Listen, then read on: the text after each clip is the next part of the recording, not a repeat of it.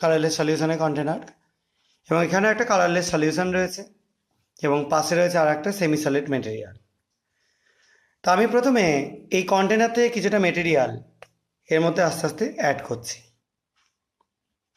দেখো কি কালার তৈরি হচ্ছে, দেখতে পাচ্ছ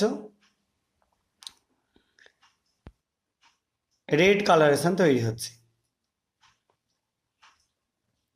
সবার নিশ্চয়ই এই কালারটা নিয়ে কারো কোনো অসুবিধা নেই। তো আমরা একটা গ্লাস রড দিয়ে এটাকে আস্তে আস্তে মিশিয়ে দিচ্ছি। দেখো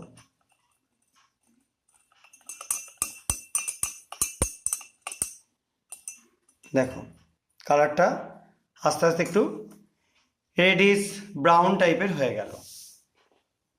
এবার আমরা এখানে যে স্যাম্পেলটা রয়েছে সেমি সলিড মেটেরিয়াল, সেটা কিছুটা অ্যাড করে দেবো এটার মধ্যে।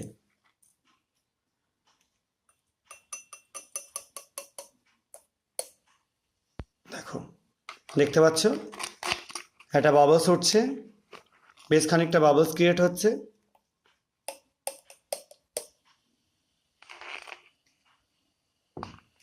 এবার আমরা আবার একটা গ্লাস রড দিয়ে একটুখানি সামান্য এটাকে নাড়িয়ে দেবো।